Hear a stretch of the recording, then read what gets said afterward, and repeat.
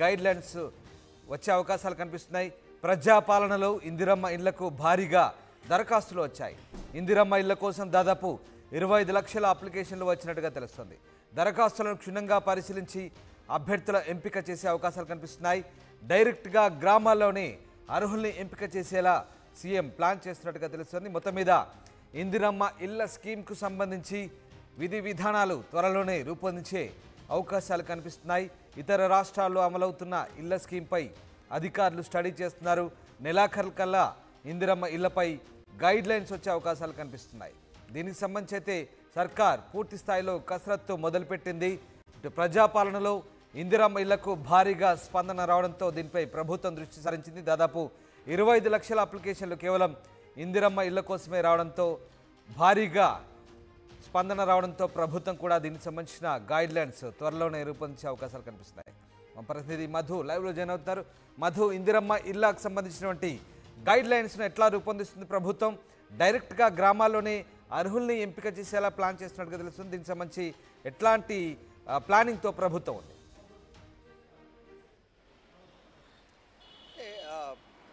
ప్రతిపక్షంలో ఉన్నప్పుడు ఇచ్చినటువంటి హామీ నిలబెట్టుకునే ప్రయత్నం చేస్తూ ఉన్నారు. దానికి సంబంధించి కసరత్తు చేస్తూ ఉన్నారు. ఎందుకంటే సొంత జాగా ఉండి ఇల్లు లేనటువంటి వారు ఎవరైతే ఉన్నారో వారికి 5 లక్షల రూపాయలు ఇంటి జాగా కోసం పూర్తిగా 100% సబ్సిడీ అంటే 5 లక్షలు ఉచితంగా ఇవ్వడానికి ప్రభుత్వం కసరత్తు చేస్తూ ఉంది. గతంలో ఇచ్చిన హామీ నిలబెట్టుకునే ప్రయత్నం చేస్తూ ఉంది.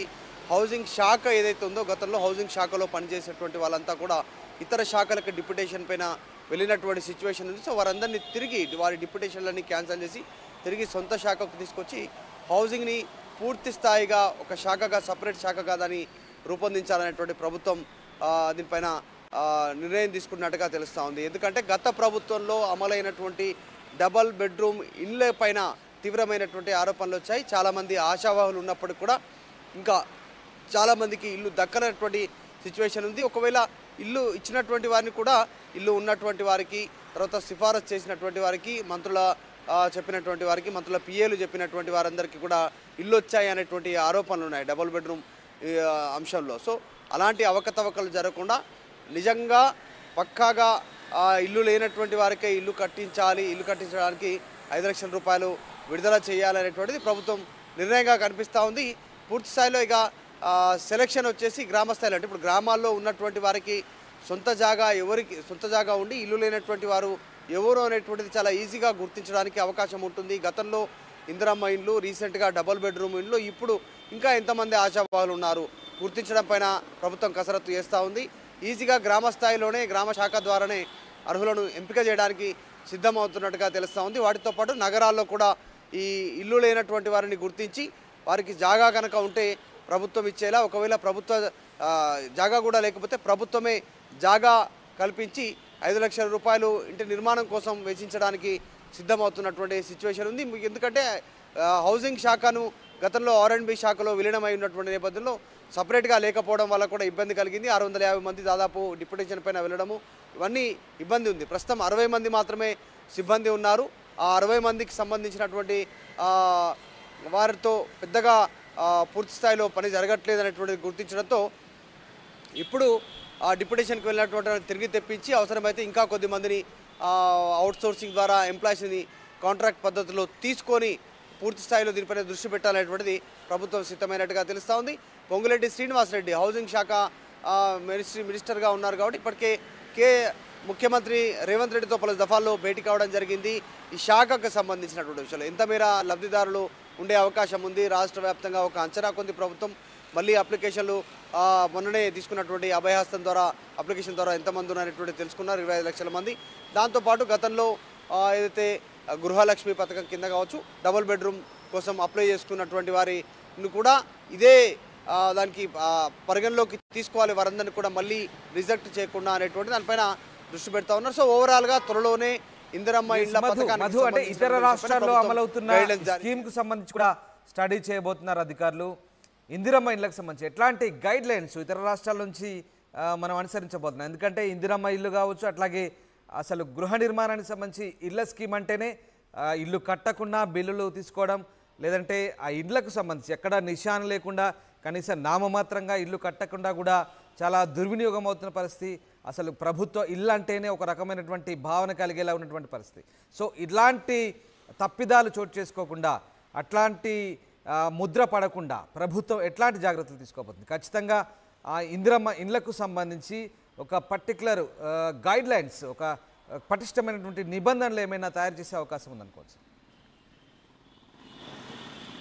ఖచ్చితంగా గతంలో డబుల్ బెడ్రూమ్ ఇళ్లకి సంబంధించినటువంటి విషయంలో అనేక ఆరోపణలు రావడం జరిగింది గత ప్రభుత్వం పైన. క్వాలిటీ లేకపోవడం కావచ్చు, తర్వాత కాంట్రాక్టర్లు తర్వాత కుమ్మక్కై సరైనటువంటి నిర్మాణం చేయకపోవడం వల్ల తీవ్రమైన ఆరోపణలు వచ్చాయి. గత ప్రభుత్వం తీవ్రంగా విమర్శలు ఎదుర్కొంది దీనికి సంబంధించి.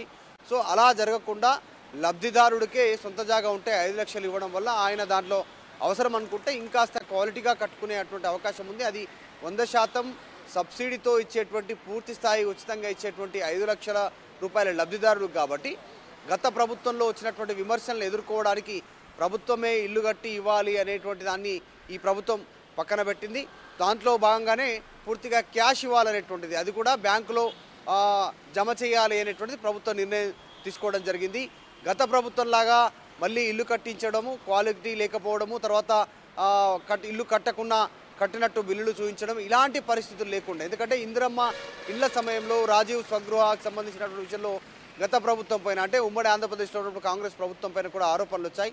సో ఇళ్ల నిర్మాణం అనగానే ఏదో ఒక విమర్శను ప్రభుత్వం ఎదుర్కొంటుంది. అది అవకతవకలు అవుతున్నాయి, అక్రమార్కులకు ఒక నిలయంగా మారుతూ ఉంది ఇంటి నిర్మాణం అనేటువంటిది గుర్తించడంతో ఈసారి అలా జరగకుండా ఉండడానికే పూర్తి స్థాయిలో 100% సబ్సిడీతో 5 లక్షలు లబ్ధిదారునికి అందజేయాలి. అలా అందజేయడం వల్ల వారు అందులోకి ఏమన్నా ఉంటే యాడ్ ఆన్ చేసుకొని పూర్తి స్థాయిలో ప్రభుత్వం నిర్ణయించినటువంటి ఏదైతే మోడల్ ఉంటుందో ఆ మోడల్ ప్రకారం ఇల్లు కట్టుకునేలా నిర్ణయం తీసుకున్నారు. ప్రభుత్వ మోడల్ ఎందుకంటే తక్కువ ఖర్చుతో ఆ ఫెసిలిటీస్ ఉండేలా ప్రభుత్వం ఒక మోడల్ని రూపొందించే ప్రయత్నం చేస్తూ ఉంది.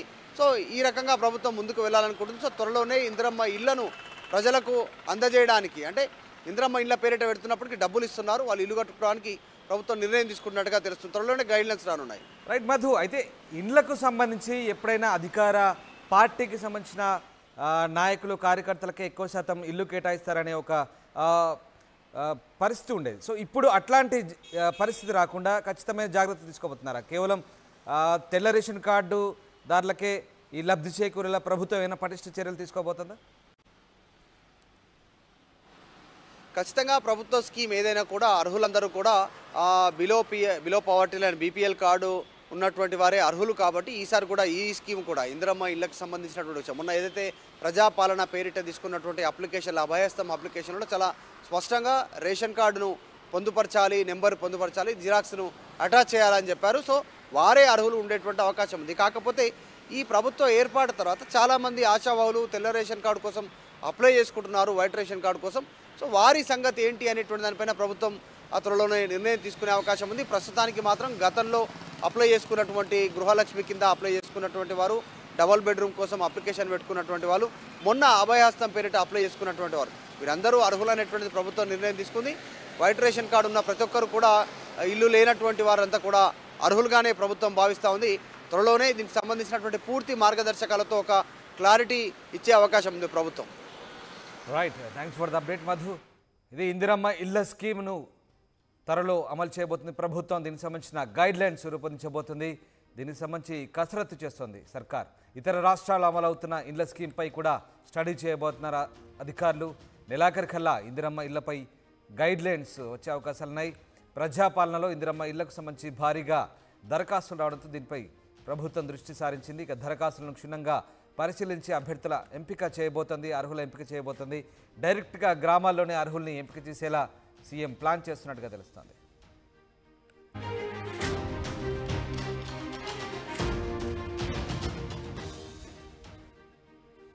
ఇందిరమ్మ ఇళ్ల స్కీమ్కు సంబంధించి త్వరలోనే గైడ్ లైన్స్ రూపొందించబోతున్నారు. ఇందుకు సంబంధించి రేవంత్ సర్కార్ కసరత్తు మొదలుపెట్టింది. ఇతర రాష్ట్రాల్లో అమలవుతున్న ఇండ్ల స్కీమ్పై స్టడీ చేయబోతున్నారు. నెలాఖరికల్లా ఇందిరమ్మ ఇళ్లపై గైడ్ లైన్స్ వచ్చే అవకాశాలు కనిపిస్తున్నాయి. ప్రజాపాలనలో ఇందిరమ్మ ఇళ్లకు భారీగా దరఖాస్తు